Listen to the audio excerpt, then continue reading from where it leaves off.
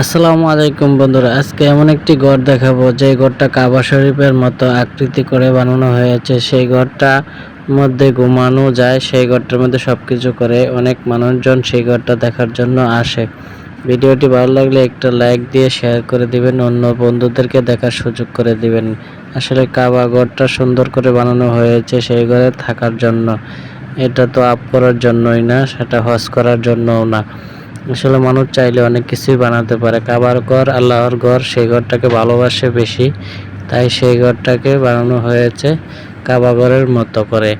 ভিডিওটি প্রথমবার দেখে থাকলে আমিন লিখে যাবেন। খুব ভালো লাগলো আমার কাছে, তাই শেয়ার করলাম আপনাদের মাঝে। আপনারাও বন্ধুদের মাঝে ভালো লাগলে শেয়ার করে দিবেন। খুব সুন্দর লাগছে আমার কাছে। অনেক মানুষ দেখতে পারতেছেন এই ঘরটা দেখার জন্য আসতেছে।